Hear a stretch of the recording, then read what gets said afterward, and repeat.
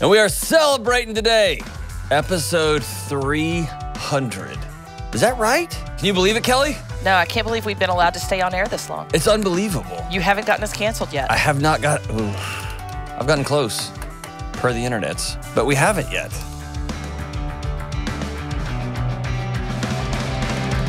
Woo! What's up? This is John with the Dr. John Delony Show, and we are celebrating today. I can't even believe this to be true.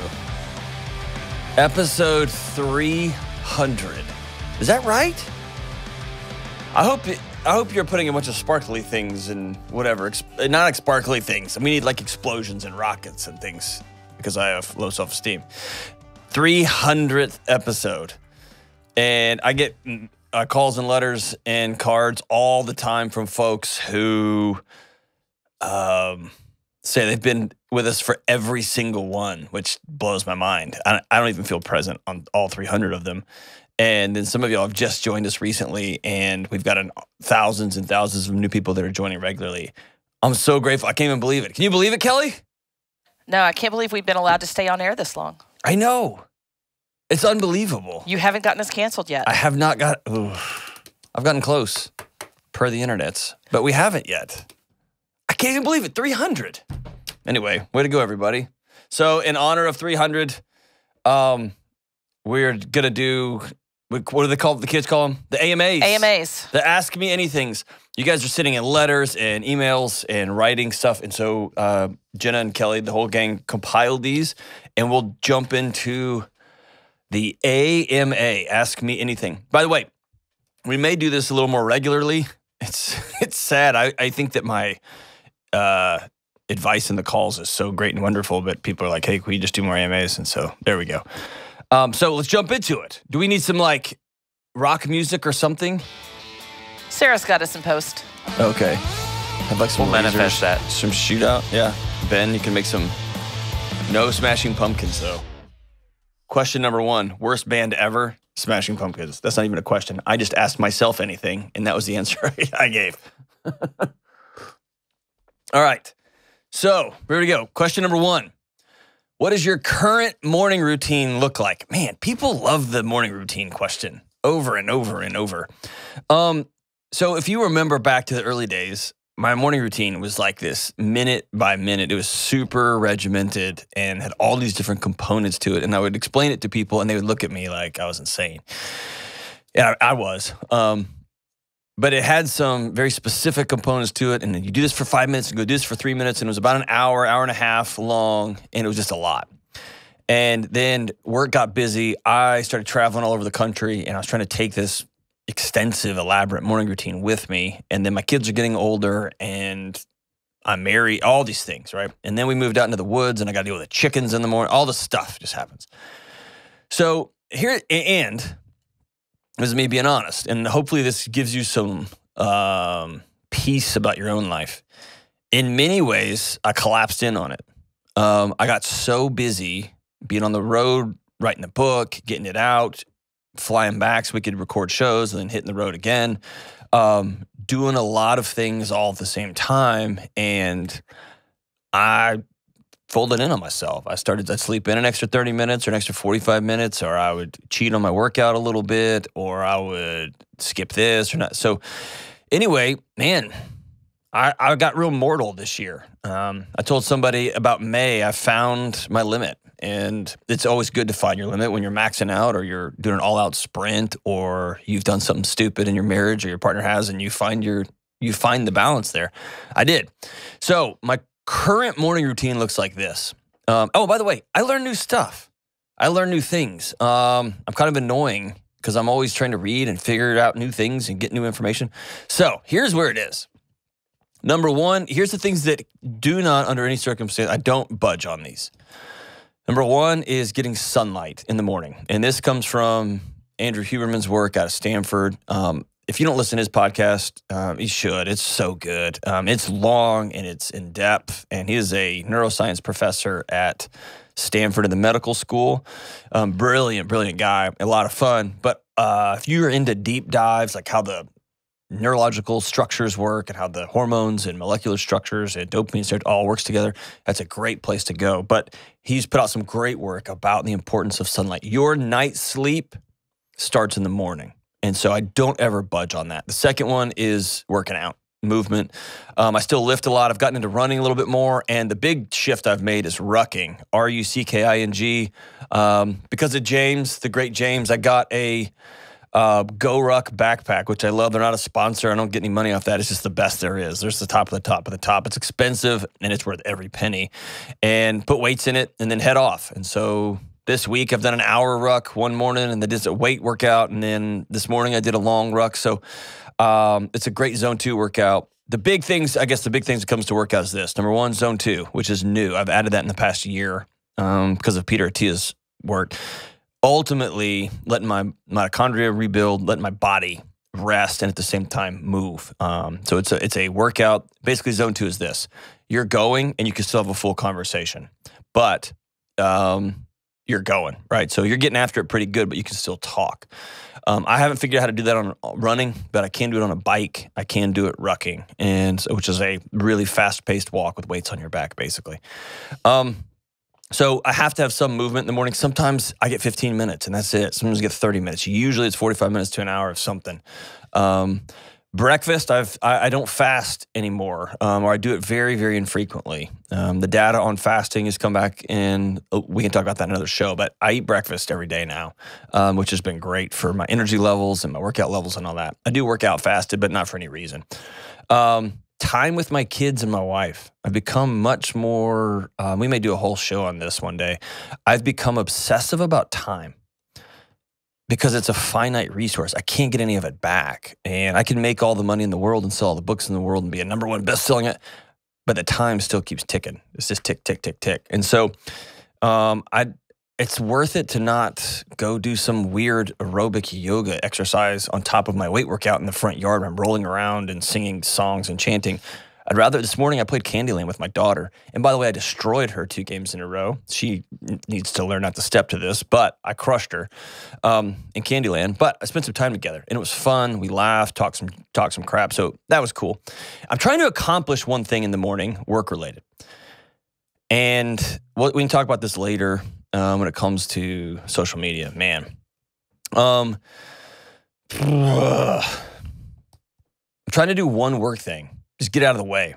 And sometimes that's 5 minutes, sometimes it's 30 minutes, sometimes it's review an article, knock out a blog, whatever it is. I'm trying to do one thing in the morning. I've not been keeping up with my cold tub. It's been about 7 or 8, maybe 9 months now. Most of that's just because I've gotten busy and I'm doing that time with other things. I still take cold showers every day just because they feel better. But let's talk about it. I've become a full-blown addict, 100% addict. I don't say this with pride, to my phone. An addict. And I've got my social media on one phone and I have my life on another phone.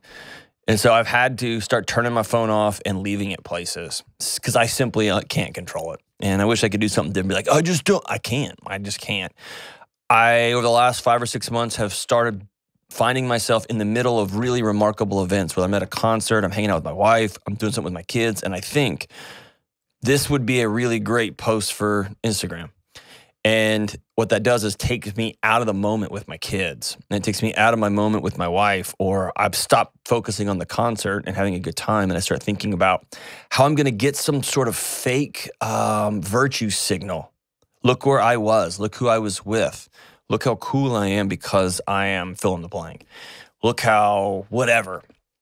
And I got to stop. And so it was about a week ago. I went out of town and I forgot it. I left it at home. And it was incredible because I was fully present. And so I've actually invited my wife in to help me with this, but to create some really remarkable boundaries. We're leaving town for a week. Probably not going to take it with me. And I just got to create some space. Full-blown addict. I can't stop. I sit at home and just scroll and scroll and scroll and type and want to respond and do this. And I talk about it all the time, and it got me. And so I've got to create some robust structures to back out of that. So all I'd say about my morning routine, no more phones before I get to work. And usually I'm leaving my social media phone here at work. If I was you and I don't have 2 phones, I would delete it. Just delete it. Get rid of it. Get rid of it. Gratitude journal is a thing I do all the time. And then I've added some reading in the mornings. Sometimes if I don't have a work assignment I can crank out, then I'll usually do some reading. So that's my morning. It takes about an hour and a half to get up in the morning and get going and get cranking. What are my, is that good? What's your morning routine, Kelly? Four Marlboro Reds, black coffee.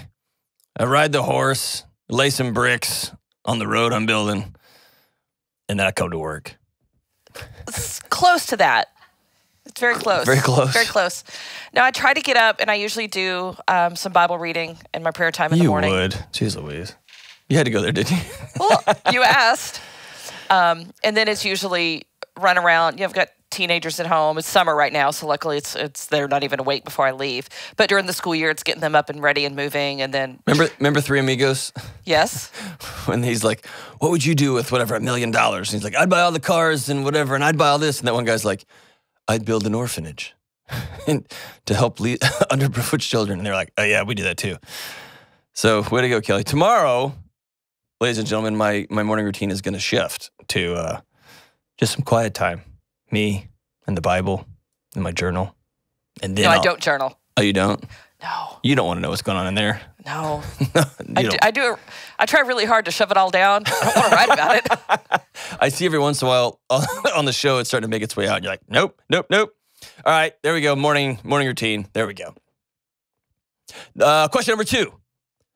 What are your, I guess I kind of said it, what are your current eating and workout habits? Lifting weights, Zone 2. Check out, if you want to know more about Zone 2, Google Peter Attia, A-T-T-I-A. Dr. Attia is one of the few medical practitioners that I highly, highly respect. And talks a lot about Zone 2, and then rucking is the other big one. I also am big, I hunt a lot and I fish a lot, so I'm out in the woods walking and moving all the time. But those are the 3 big workout habits.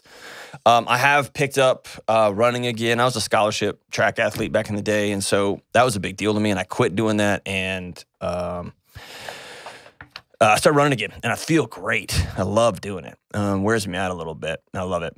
And I'll be adding some yoga in the next few weeks. I need to start slowing down and stop doing all this forward movement and do some lateral movement too. So I will be doing some of that. Eating, I've been working with Dr. Norton, with Lane. I've really, really upped my protein stuff. I cannot recommend his Carbon app enough. I don't get paid for that to say that. Carbon, it's an app, and it just helps you track your calories, helps you track your macros, which is your fats and your carbohydrates and your protein. But upping my protein a lot. I'm working on the next 6 to 9 months, losing about 25 pounds, maybe not 25, maybe 20, and really leaning back out. And he's helping me with that. But it's a lot of protein and really watching my calorie count, lower carbohydrates, but I just do better on low carbohydrates. And my wife does great with high carbohydrates. So every body is different. Number 3, what are you reading right now? All right, so I broke this down into a couple of buckets here. So I like to read things that are going to challenge me on social issues, gender wars, race, sexuality. I like to, those are sociological, right? I like to really say, well, I don't agree with this. How is this hitting me? I'm going to talk to my friends about this, but I like to see what the conversation is out there. I also intentionally lag by about 2 to 3 years on that. And I do that on purpose. And in general, not always, but usually I've always done that. Because there's always a fervor of a moment, and then there's a bunch of authors that put a bunch of stuff out, and then everybody gets all riled up about it. And those moments are never a time to have a hard conversation and really get in and learn something deep. So I'm reading a lot of the scholarship right now on race stuff, on the impact of how racism has impacted just the operational structure, how things work systematically, how gender is impacting the gender conversations. And so I'm really trying to get into some of that, not get into that, I've been into that for 20 years, but I'm just trying to read new authors, and really a lot of stuff I like to read way on the edges. I Like, what is this expert saying? What is this person who calls himself an expert saying? And so they're rarely stuff that I recommend simply because I intentionally go after the fringe stuff and see where the winds are blowing culturally. The second place I spend time is in the what I call the literature, if you will. And that's just nerdy science speak for what are scientists saying. So I've been reading a lot about anxiety and grief, working on another book. And I consider myself an expert in those areas. And I say that humbly, but I know a lot about those stuff. And I've studied those things. And I got graduate degrees studying those things. But I'm always looking for new science and new authors to challenge my views on things. And so I like to really go to combat with an author, and I'll circle things and be like, yes, nailed it, or I said it in my book better than you did, or totally disagree, or whoa, never saw that coming. That's incredible. So I do that. I have started reading more on spirituality stuff. I'd kind of put that down for a long time, and I'm a person of faith for those people who listen, but it's on a trajectory, and so it's very, very different than many of my friends who say they're on a person of faith, and it moves, and so I like to. I'm reading some new things on it. And then I really am always into fiction. There's been some great literature about the importance of reading fiction because it's processed by a different part of your brain. And so my son is all into science fiction.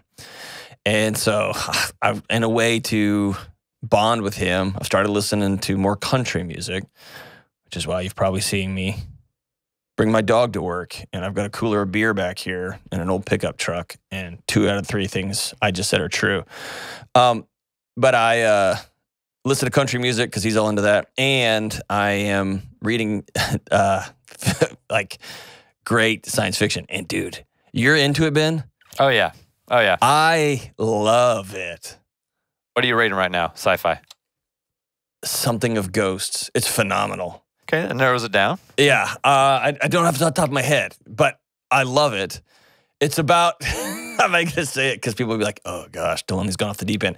I have, but I'm kind of into it. It's awesome. Here's what I do love, though. My gateway drug was Octavia Butler, who I think is a modern-day prophet, and she's one of the best science fiction writers ever. But it also, science fiction tends to serve a prophetic voice in communities, right? So they tend to be thinkers who are thinking about how things could go wrong or go right, or dystopia or super optimism, or how things we think are going to go. And I just like reading people who push the bounds and go, oh, that could actually happen, or what would the steps be for that to actually happen? And then I'm reading a book right now about a guy on a horse and a ghost are attacking, and hopefully that doesn't come to pass, but whoever knows, right?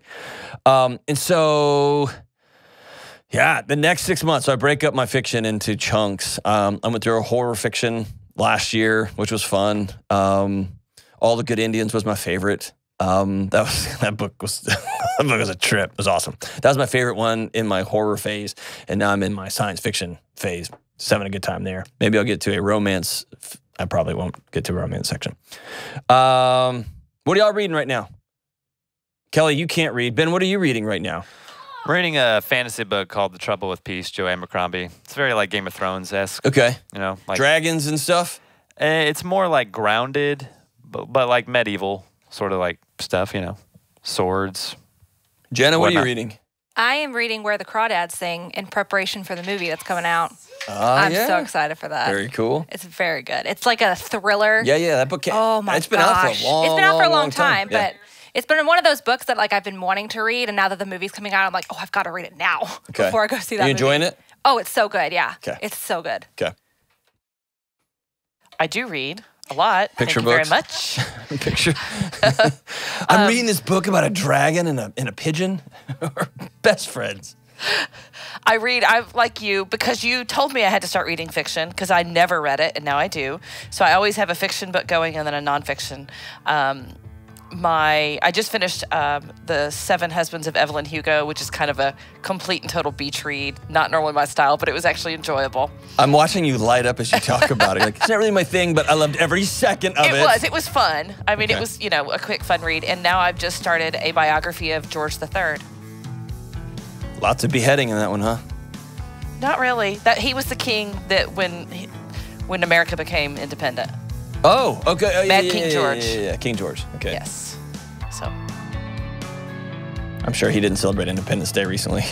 I doubt it. Wasn't Wasn't a big day it was for a them, dark day for the for royal him. family over there. It's a dark day for them. Very cool. Hey, what's up? Delony here. I've got a word from our sponsor, BetterHelp. I'm always getting calls about burnout, what it is, what to do about it, and just how to live feeling this way. Burnout is when your body has enough and it says, I'm out, I'm done. It's that deep feeling of exhaustion after a long period of being overworked and overstressed and just fried. And most of us associate burnout with work. But burnout can happen at any area of our lives, and it can cause a lack of motivation, irritability, fatigue, or randomly crying at some random song on the radio or when somebody looks at you the wrong way. And that's why I love my friends at BetterHelp. BetterHelp Online Therapy exists to give you the chance to invest in your healing. BetterHelp is customized online therapy that offers video, phone, and even live chat sessions with you and your therapist. You never have to even see anyone on camera if you don't want to. It's more affordable than in-person therapy. Plus, you can be matched with a therapist in under 48 hours. And today, our listeners get 10% off their first month at betterhelp.com/Delony. That's betterhelp, HELP.com/Delony. All right, next question. What's my favorite non-mental health book? I feel like I answer this every time. Maybe it changes. Number one of all time, my good friend back when I was in middle school. Changed my life, man. I don't think he even knows it. His name's Chris Lowe. He's an awesome guy, man. Just an incredible guy. He gave me his copy of Catcher in the Rye, and that book kind of sent me on my way. And changed a lot. It was a great book. Fight Club was great. And that's one of my favorites too. Anything by Chuck Palahniuk, that guy's, he's out there. And Octavia Butler, the Parable of the Sower series is just such a profound work. And I'll say this, all three of those books, if you're sitting here, Catcher in the Rye is real, I guess probably not. It was banned a long time. I don't recommend anybody just go grab those books. They're tough sledding, and if you don't like swear words or violence or whatever, they're for sure not for you. But those are some books that have been very, very important for me that I love. I just like them. Next question. What is my dream vacation destination? What's yours? Kelly? I say Northern England, but I've already been, but I loved it so much. I would love to go back and do a 3 or 4 week tour of just strictly Northern England and Scotland. I had you pegged for Northern Arkansas. That's that was incredible. You can't flip me off today because you're on camera, and that's fantastic. What about you, Ben? I think New Zealand for me. Oh man, And fantastic. It's in the works at some point. Oh, it is. Yeah. We need the Shire, show man. to take off so we can all go to New Zealand. Field trip, group trip. I am for sure in. Yes, Jenna, where do you want to go? I would love to go to Italy. My ancestors are from Italy, and there's a street. My maiden name is in Rome, and I'd love to go there and see Dang, it. that's It's probably a flex. crappy street, but I'd love to see it. So awesome. It's like all run down. Like, way to go, family. Crush this one. Yeah, my New Zealand's on my list. Sweden and Ireland, Europe. I'd love to go hang out there. I also have to say this, and this is super annoying to my poor sweet wife. Travel's not super my thing. I'm more of a creature of comfort, and so I like hunting and fishing and outdoor trips. And so I went to Northern Arkansas last year. I had a great time. Hung out with somebody that I love, and we had a great time and hung out in the woods. And I won't say what I was going to say. It's going to be hilarious, but I won't. But so yeah, it's kind of, I don't know. It's kind of low key for me. I'm not very fun, and that's much to my wife's. That's my back half of my life. I want to make that different. But anyway, I don't know. Is that annoying? It's annoying. Well, I think there's such a benefit to travel. Of course there is, yeah. You learn about other places, and not just like, I want to go to Europe, bougie travel, like we're all talking about. There's benefit to going to places and to learning that we have it really good here and that we are the top 1%. So there's benefit to travel to places that aren't maybe on your dream destination list. My mom's side of the family had a profound impact in Ghana, doing some work with those communities, doing a lot of work actually. And my mom just went, she's 72, just her and her brother and sister went to Ghana to, they dedicated a hospital to my grandmother and her grandma and my mom's mom. And listening to her. My mom had to do the talks because it's a matriarchal society. So the first daughter gets up and gives the speeches, not the other way around, and it's not a paternal society. And so walking through the poverty and the things she saw, yet the good you can do with so little. And it was an incredible, eye-opening, beautiful trip, and the people were so joyful and love. So, yes, there's a great value in going. And I just want to go to bed. I just run so hard. I just want to go to bed. But that's on my list of I need to get out of here and start going to see some stuff. All right, next question. This is a great question. I actually called my wife and asked her if she sent this in. She did not, but she did give me her answers. And so these answers are directly from my wife. Question is, first of all, I don't even know if this is true. Is this true? The question is, how does your wife deal with your highs and lows and your stun gun energy?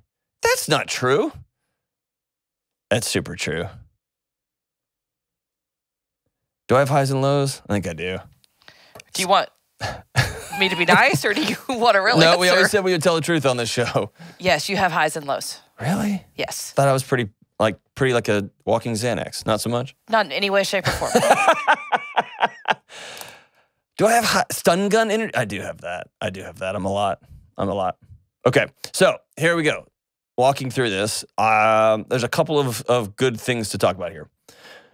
Number one, I hear this on the road. And things like, man, I wish my husband would fill in the blank like you. Or I wish my wife would ask me questions like you told this woman to ask her husband questions. I wish I could be like, right. So I think it's important to know that like living with me is hard and being married to me is hard. And I don't do that on purpose. I'm a lot. And so all the things like I read a lot of books and I'm doing a lot of things and I've got an intense morning routine. That's one side of the teeter-totter. The other side of the teeter-totter is I'm a lot. And I get pretty focused on my routine and I tend to read a book and I just zone out. I lose consciousness. I'm head out. And so it's my wife that picks up a lot of that or drives a lot of that. So the question, how does your wife deal with your highs and lows and your stun gun energy? I think this applies across the board to anybody listening to this. Number one, nobody's perfect and I'm tough. So there's some good stuff and some tough stuff, right? So here's what her answers were. Number one, therapy. That made me feel good. And really great friends. And I will caveat, she's got some extraordinary friends, both locally and nationally. Friends she's had for a long, long time and newer friends that she meets with regularly.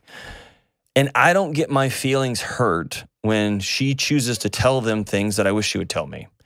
I don't get my feelings hurt when she has to go tell them that John really isn't picking up the weight here or struggling. She has to process things in our marriage with her friends.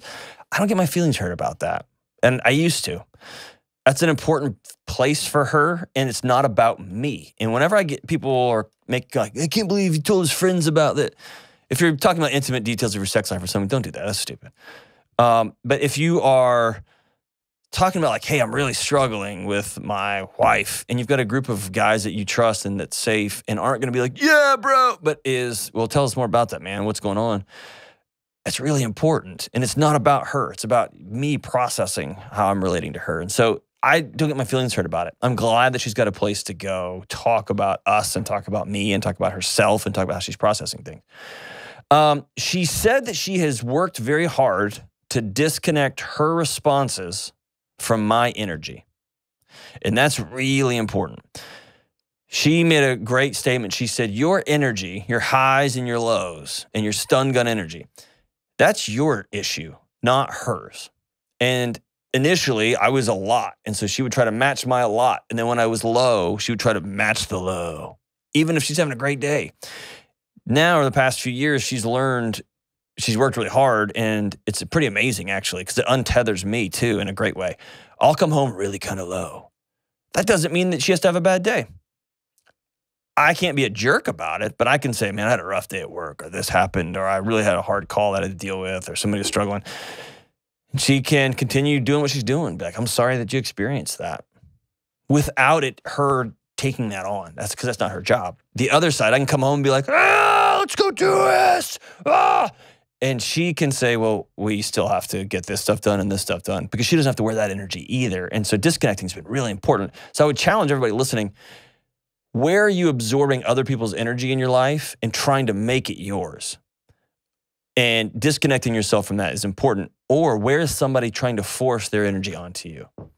I'm sad, you got to be sad with me. You can't smile and still be sad.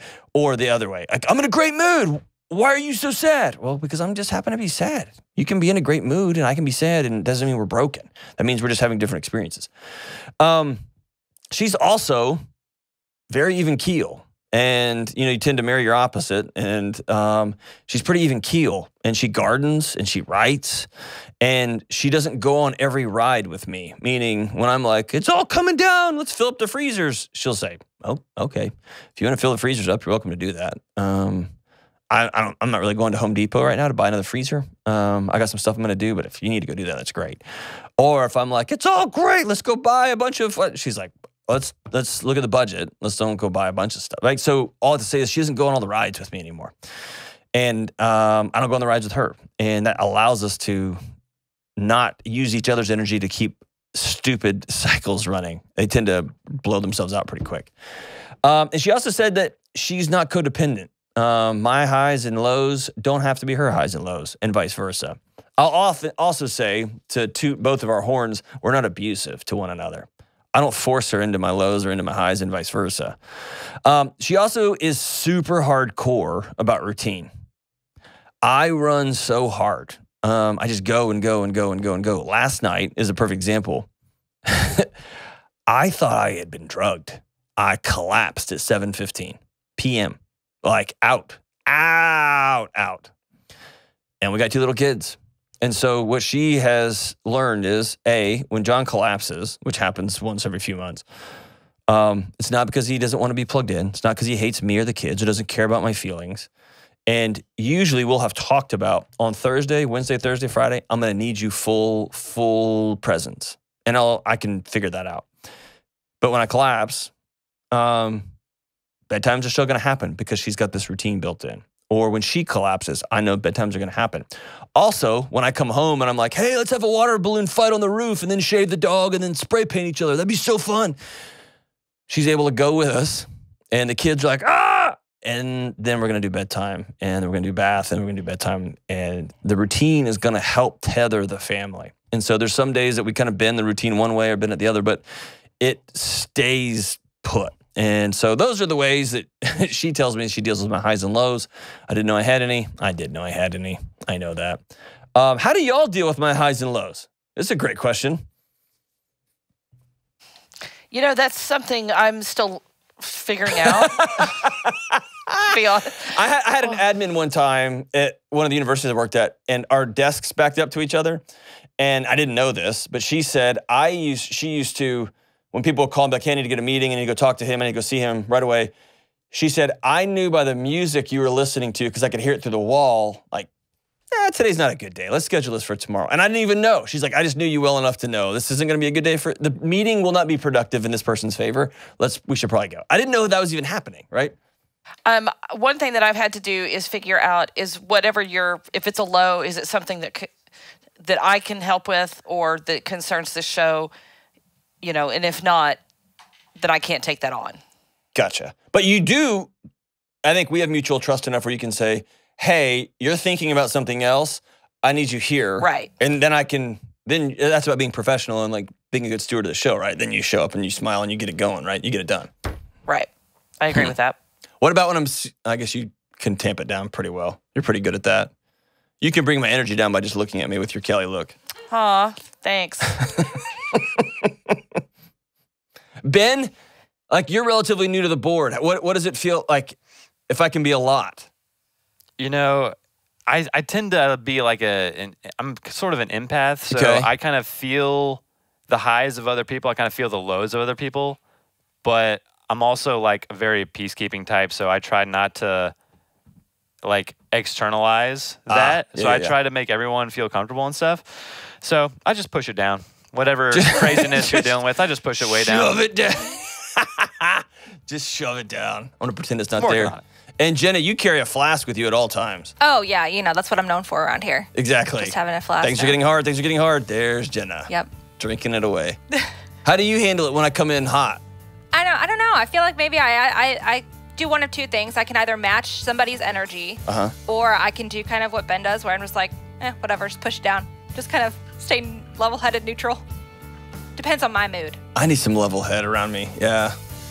That's usually pretty good. Huh. But I'm not mean though, right? No. I don't try to be mean. No, never. Okay. I would be mad at myself if I was mean. That would make me sad. All right, good. Actually, I'm super mean. Sarah just edits it all out to make me look lovely. He abuses us constantly. I love it. Hey, John Delony here. And people, I'm getting fired up. It's finally warmer outside and it's starting to stay light longer. And you should be spending more time outside, going for a run, playing with your kids at the park, or just doing a bunch of yard work. I know that I'm doing all those things. But when you're running hard, you must remember to recharge your body with a good night's sleep. And that starts with a quality mattress like a Dream Cloud. Dream Cloud's combination of gel memory foam and coil technology keeps you comfortable all night long. And that means you can go all out all day because you're actually getting solid, restful sleep at nighttime. Right now, Dream Cloud is offering their biggest deal ever exclusively for our listeners. When you buy a Dream Cloud mattress, you get $499 in sleep accessories plus an additional $250 discount. That's $749 in accessories and savings. Start getting the rest your body needs. Visit dreamcloudsleep.com and enter promo code Delony to get your new mattress and $749 in savings today. All right, let's see here. Next question. How do I handle screen time for my kids? All right, here's the way we do screen time in our house. Everybody does this differently. This is how we do it in our house. And I will say this. This is based on walking alongside countless people. This is based on an intensive reading of the literature. It's based on conversations with people on the inside of the tech industry. This is also based on my individual children. Okay? That's the 4 ways we make decisions. My wife and I. So, how do I handle screens for my kids? Number 1, none of my kids. I got 1 kid in middle school. I got 1 kid in elementary school. No phones, no iPads. We do have 2 decommissioned phones that just have the internet for library books on the digital books that we get from our public library. And if you didn't know you could do that, there's several apps. So you can just go to your public library, get books on, I call them books on tape because I was born in the 14th century, but you can get audiobooks and they're free and you just get them from your local library. It's incredible. It's great. And my kids are reading, if you will, listening to book after book after book after book. And it's phenomenal. I love it. The phones are decommissioned. The internet's been removed from them. And we are hyper about, they don't have the codes to the phones. And so if they get locked out, they've got to come to us to get back in. It's annoying for us, quite frankly. I'll be out working in the yard, I'll be out working on something, and my kids are working on a project, and all of a sudden they get locked out of the phone, and the book they're listening to stops. They got to come get us, and I got to punch in the code. It's worth it. It's worth it. The next thing is, let's see what I wrote here. Codes on everything. So we got whatever, apps we have to watch things. Sometimes it's Netflix, sometimes it's Hulu, whatever it happens to be. We got codes on those things. And here's how we do screens. Maybe they'll watch an episode or 2 once a week during the week. During the school year, never. I mean, we're pretty pathological about that because sleep is the most important thing. It's the summertime right now, so we'll say, hey, we can go watch a couple episodes of you pick one and you pick one, and they go watch them together. And they're like, I don't know, Jurassic cartoon Legos. I don't know what they're doing, but they're cartoons of some sort. Friday night, we have movie and pizza night. And so really it's a family thing. Every Friday we get together and watch a movie. And usually it's something always it's something we can all watch, except occasionally I'll watch, my son gets tired of watching cartoons. And so we'll watch some movie together. And then my wife and my daughter will watch something together. But really the big thing is our house doesn't revolve around screens. And we've Like, I got my son a bow and arrow, and we have colors everywhere. We've got instruments everywhere, and we've got places for them to go run and play. We've got dogs, and we've got chickens. Our kids can never say we don't have anything to do or we're bored. And we've tried to curate a world where their imagination can travel with them wherever they'd like it to go. And we're like, on a safety level, my son will take the dogs and go play in the creek. And it's a ways from our house. I prefer that on a safety measure than handing him an iPad and then leaving the house and him being able to travel down the rabbit hole of the internet with his 12-year-old brain. So that's how we do screens in our house. Ultimately, it was less about the restriction on the screens and more about creating a world. I think I've talked about it here. It's cost my son some things, especially in middle school. That's how kids communicate. They text with one another. And there's a lot of isolation there. And there's been some hard conversations. And he's been right on a few things. My wife and I saved up our money and bought like a foosball table and an air hockey a cheap air hockey table to give the kids something else to do. Because I had said, you can't do this, you can't do this, you can't do this. And he's like, well, what am I supposed to do, man? And that was a great critique of me and my parenting. So we've had to shift things the other way. If I look at the cost of an Xbox, I was able to do the other things for about that price. And so it was just a matter of shifting resources one way or another. So that's how we do screens in our house. And everybody does them differently. And I'm not here to judge you. I will judge you on this way. If a screen has become a digital babysitter in your house, it's a way for you to offload parenting responsibility for an hour or 2 hours to give a child unfettered access to the internet. It's incredibly unsafe in so many different ways. And I would challenge you to reimagine how house works. I also know there's people working 4 jobs and they're exhausted and they're scared and they're dealing with their own trauma. And there's a space that I need to have right now. And I get that. And I honor that.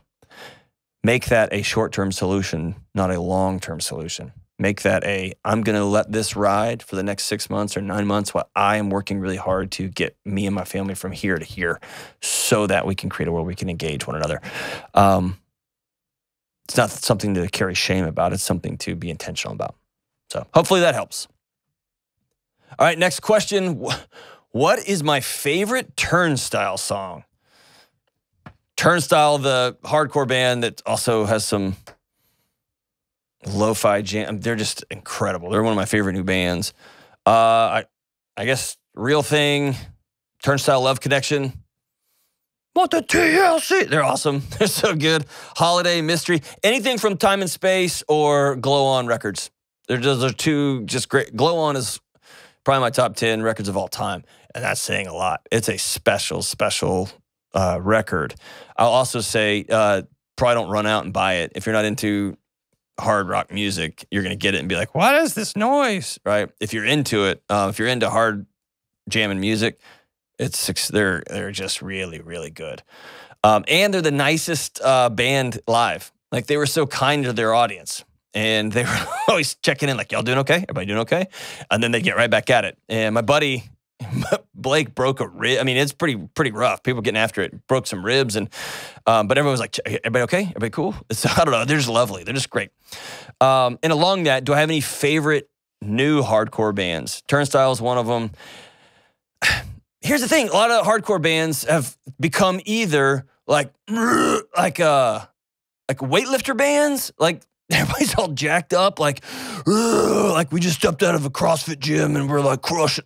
Either that or they're screaming and it's this high-pitched like middle school kid scream, like, and neither of those do it for me. It's just like, what are we doing, man? So I still like Old Hatebreed. I think they're kind of the legends. My favorite of everybody is Sick of It All. I love those guys. They kind of wink at the whole thing, but they're also like from New York, kind of like where it's from. And I love the singer's voice. So Sick of It All is still my favorite hardcore band. Turnstile's just kind of taken the genre and changed it in a whole new direction. But that's kind of who I like. And what's the best punk metal concert I've ever been to? Woo. A band called 30 Foot Fall was my favorite growing up. They were incredible.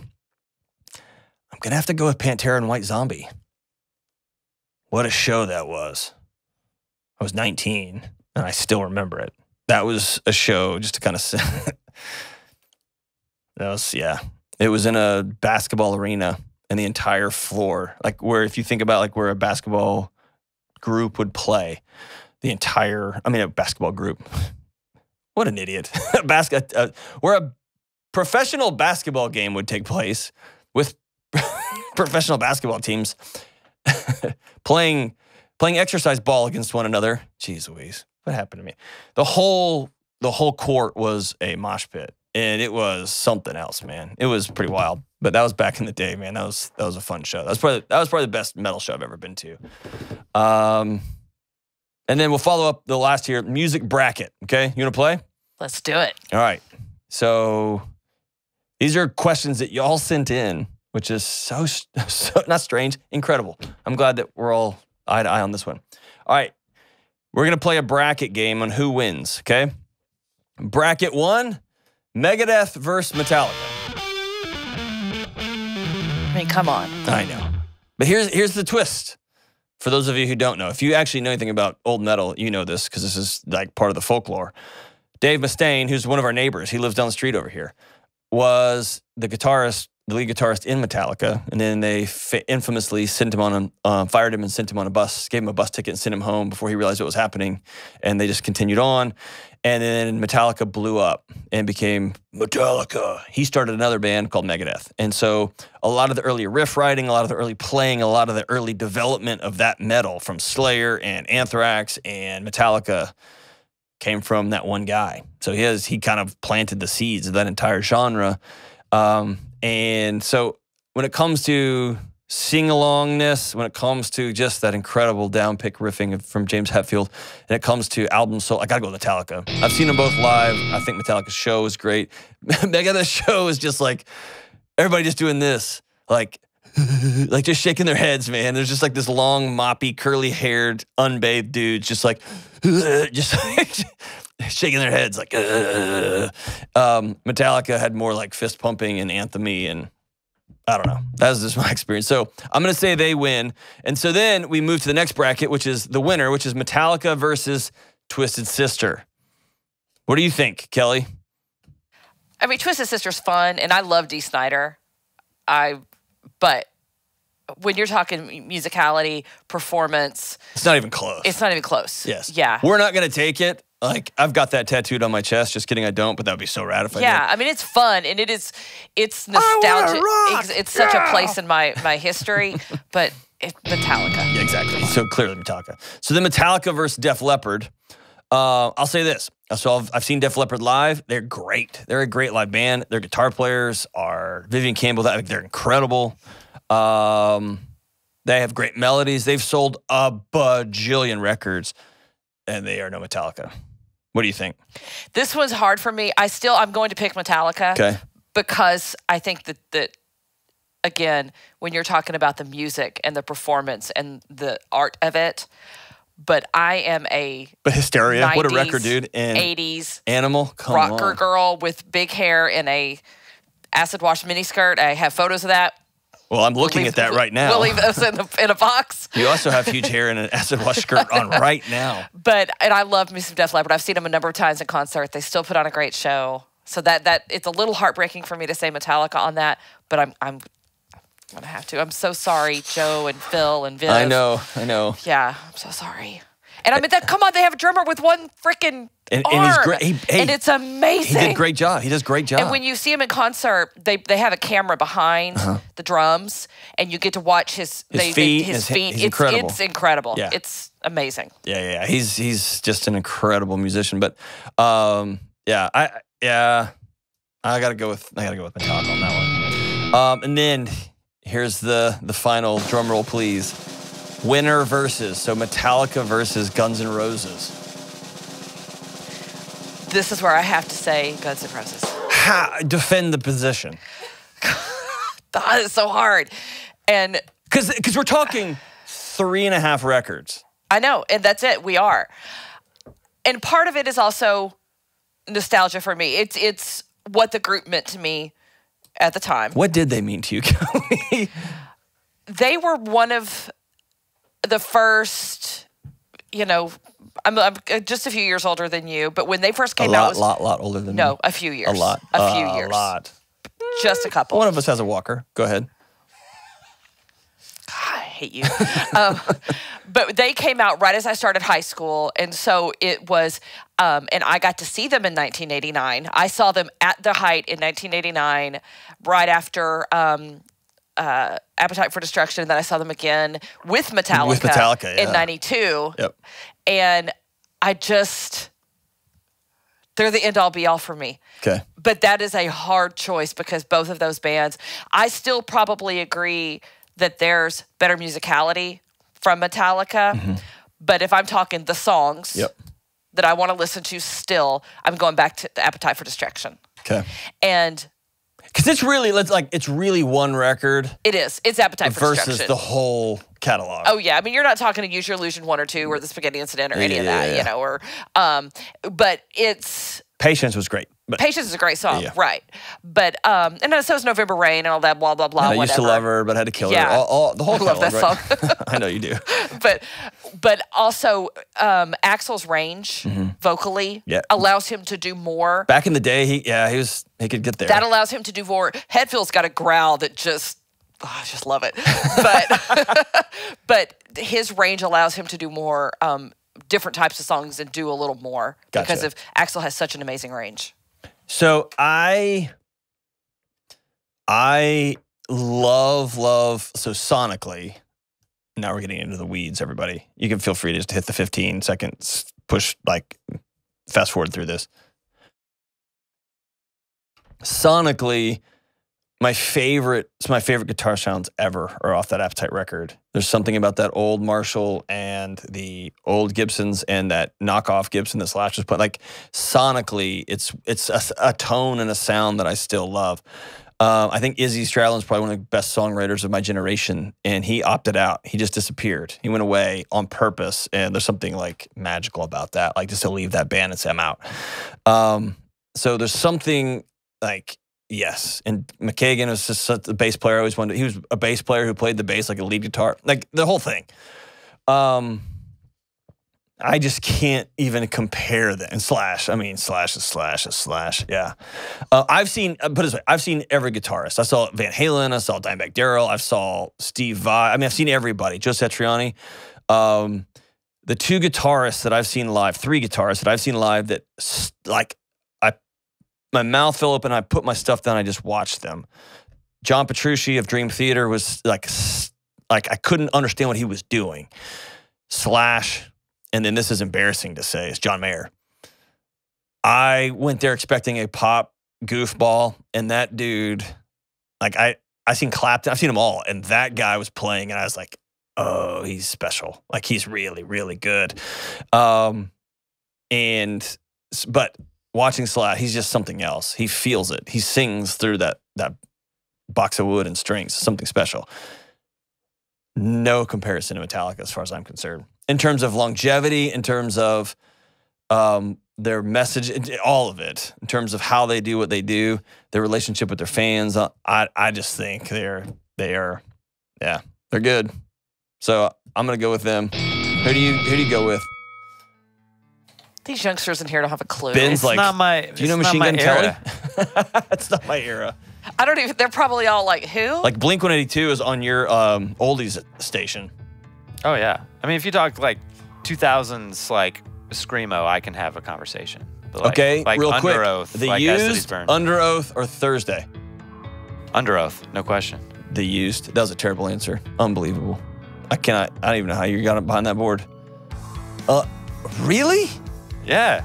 Over The Used? To be fair, I don't really listen to the Used that much, but To be fair. All right, well, there's that.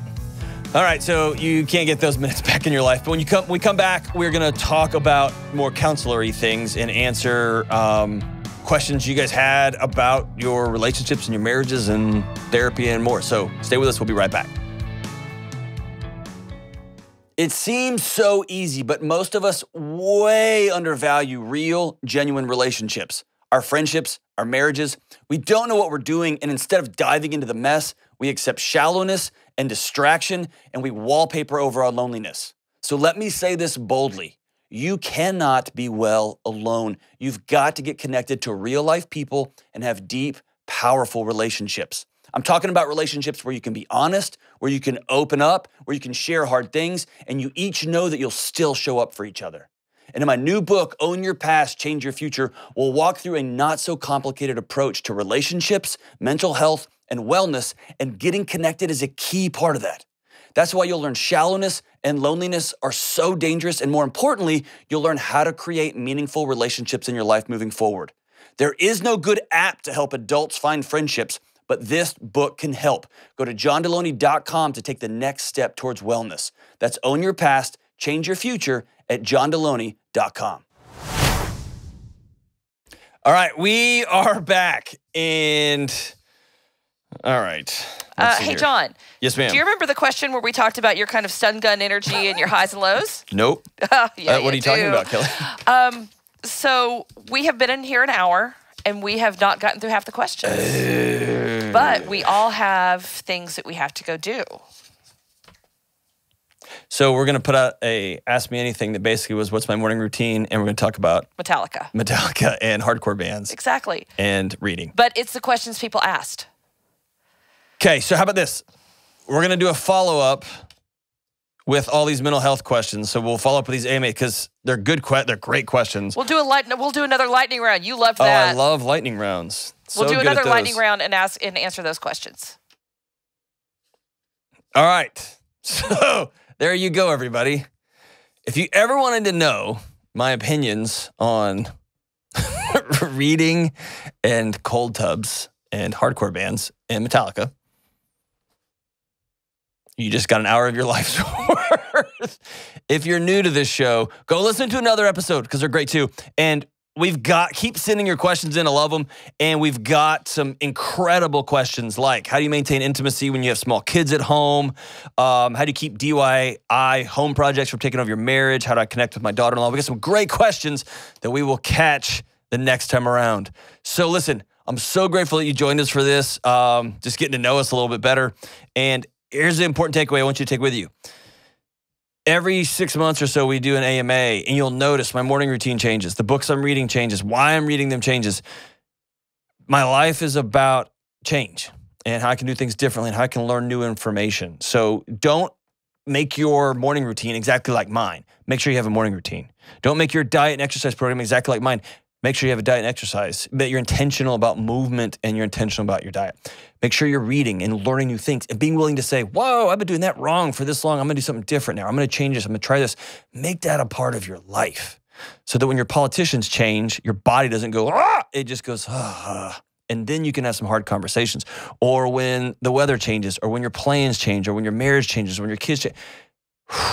You're practicing change, right? That's the way it's, you can either fight it or you can go with it, right? In a pretty profound way. So as we wrap up today's show, the 300th episode. Way to go, everybody. Cool in the Gang's the lyrics. The song is Celebration. It goes like this. I'm going to read it like Johnny Cash would. Yahoo. Celebration. Yahoo. Celebrate good times. Come on. Let's celebrate. There's a party going on right here. A celebration to last throughout the years. I can't even do it for that long. So bring your good times and your laughter too, and we're going to celebrate your party with you. It's the 300th episode party. Thank you for being with us, and we will catch you at episode 301. Stay tuned.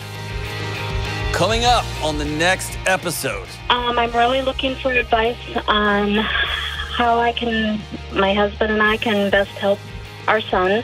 Recently been convicted of a federal crime. It's dealing with online child pornography.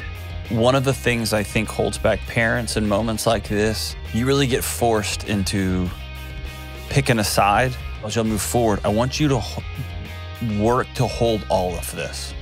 And what I mean by that is this. There is no innocent player in child pornography. And next thing we knew, it was sugar toxin E. coli, which produced into HUS, causing her kidneys to fail. The next morning, she coded for 2.5 hours. No, I'm going to ask you a hard question, and no, it's not a kind question, but I want to be real direct with you, okay? Did you intentionally feed your little girl something infected with E. coli with the intention of making her sick? Absolutely not. Then this is not your fault.